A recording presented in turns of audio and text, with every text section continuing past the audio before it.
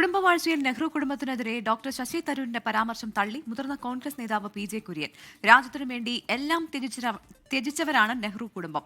കോൺഗ്രസ് നയങ്ങളെ വിമർശിക്കുന്നവർക്കും കോൺഗ്രസിൽ ഇടമുണ്ട്.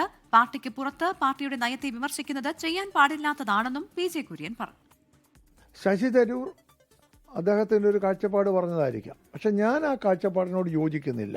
രാജ്യത്തിനു വേണ്ടി എല്ലാം ത്യജിച്ച നെഹ്റു, അല്ല എല്ലാം ത്യജിച്ച നെഹ്റു കുടുംബം. ശശി തരൂർ നെഹ്റു കുടുംബത്തെ ഉദ്ദേശിച്ചെന്ന് പോലും അദ്ദേഹം പറഞ്ഞതായിട്ട് എനിക്ക് തോന്നുന്നില്ല. ഞാൻ ആ ലേഖനം വായിച്ചില്ല, പത്രങ്ങളിൽ നിന്ന് കണ്ടത്. അദ്ദേഹം ഒരു ജനറലായ കാര്യം പറഞ്ഞു എന്നുള്ളതേ ഉള്ളൂ.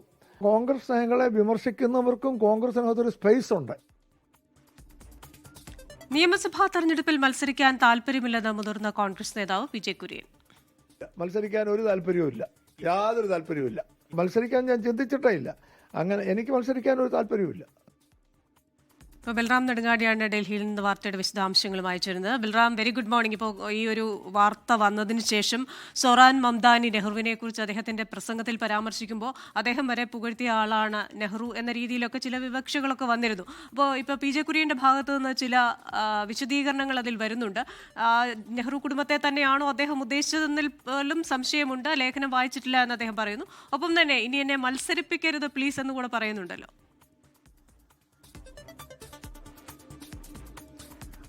ക്രിസ്റ്റീന പ്രവിത, ഈ വിഷയത്തിൽ ശശി തരൂർ നടത്തിയ അല്ലെങ്കിൽ ശശി തരൂരിന്റെ ലേഖനത്തിൽ കുടുംബാധിപത്യം ജനാധിപത്യത്തിന് എതിരാണ് എന്നും അത് രാജ്യത്തിന് അപകടമാണ് എന്നുമുള്ള പരാമർശം വലിയ തോതിൽ തന്നെ വിവാദമായിരുന്നു. പ്രത്യേകിച്ച് BJP നെഹ്റു കുടുംബത്തെ കുടുംബവാഴ്ചയുടെ പേരിൽ കടുത്ത തോതിൽ വിമർശിക്കുന്ന ഘട്ടത്തിലാണ് ഇത്തരത്തിലൊരു ലേഖനം ശശി തരൂരിന്റെ ഭാഗത്തു നിന്നും ഉണ്ടായത്. എന്നാൽ ഈ നിലപാടിനെ മുതിർന്ന നേതാവ് PJ കുര്യൻ തള്ളുകയാണ്. ശശി തരൂർ ആ ലേഖനത്തിൽ ആരെയാണ് ഉദ്ദേശിച്ചത് എന്ന് പറയുന്നില്ല.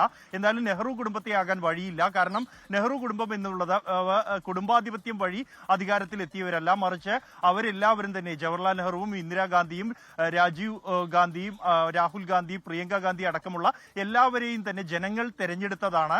അങ്ങനെയാണ് അവർ ഉന്നത സ്ഥാനങ്ങളിൽ എത്തിയിരിക്കുന്നത് എന്നാണ് അദ്ദേഹം വിശദീകരിക്കുന്നത്. ഒപ്പം തന്നെ വിമർശിക്കുന്നവർക്കും കോൺഗ്രസിൽ ഇടമുണ്ട്. അതാണ് കോൺഗ്രസിന്റെ ജനാധിപത്യ സ്വഭാവം വ്യക്തമാക്കുന്നത്. എന്നാൽ ഈ കോൺഗ്രസിന്റെ വർക്കിംഗ് കമ്മിറ്റി അംഗമായ ഒരാൾ പാർട്ടിയുടെ നിലപാടിനെ വിമർശിക്കുന്നതിനോട് തനിക്ക് യോജിപ്പില്ല എന്നും മുതിർന്ന നേതാവ് PJ കുര്യൻ വ്യക്തമാക്കുന്നുണ്ട്. ഒപ്പം തന്നെ കേരളത്തിൽ നിയമസഭാ തെരഞ്ഞെടുപ്പ് വരാനിരിക്കെ അർഹരായ യോഗ്യതയുള്ള നിരവധി പേർ മുഖ്യമന്ത്രി സ്ഥാനത്തേക്ക് ഉണ്ട്. അതേസമയം തനിക്ക് മത്സരിക്കാൻ താല്പര്യമില്ല.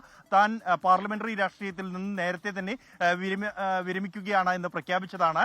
കഴിഞ്ഞ നിയമസഭാ തെരഞ്ഞെടുപ്പ് കാലത്ത് കേരള കോൺഗ്രസ് ജോസഫ് ഗ്രൂപ്പിന്റെ സീറ്റ്, തിരുവല്ല സീറ്റ് തനിക്ക് നൽകാം എന്ന് അറിയിച്ചിരുന്നു. എന്നാൽ താൻ മത്സരിക്കാൻ തയ്യാറല്ല എന്ന് വ്യക്തമാക്കിയത് കൊണ്ടാണ് തുടർന്ന് ആ സീറ്റ് കോൺഗ്രസിന് നൽകാൻ ജോസഫ് ഗ്രൂപ്പ് തയ്യാറാകാതിരുന്നത്. ഈ തവണയും തനിക്ക് നിലപാടിൽ മാറ്റമില്ല, മത്സരിക്കാൻ താൻ ഇല്ല എന്നുമാണ് അദ്ദേഹം വ്യക്തമാക്കുന്നത്. ക്രിസ്റ്റീന പ്രവിത. ശരി, ബൽറാം നെടുങ്ങാടിയാണ് ആ ഒരു വിഷയത്തിൽ PJ കുര്യൻ നൽകിയ വിശദാംശങ്ങളുമായി നമ്മോടൊപ്പം ചേർന്നത്. ലോകത്തെവിടെയായാലും ഏത് സമയത്തും 24 വാർത്തകളും ഓഗ്മെന്റഡ് റിയാലിറ്റി പാക്കേജുകളും എക്സ്പ്ലെയിനറുകളും വിശദമായി കാണാൻ ഞങ്ങളുടെ YouTube ചാനൽ നിങ്ങൾക്ക് സബ്സ്ക്രൈബ് ചെയ്യാം.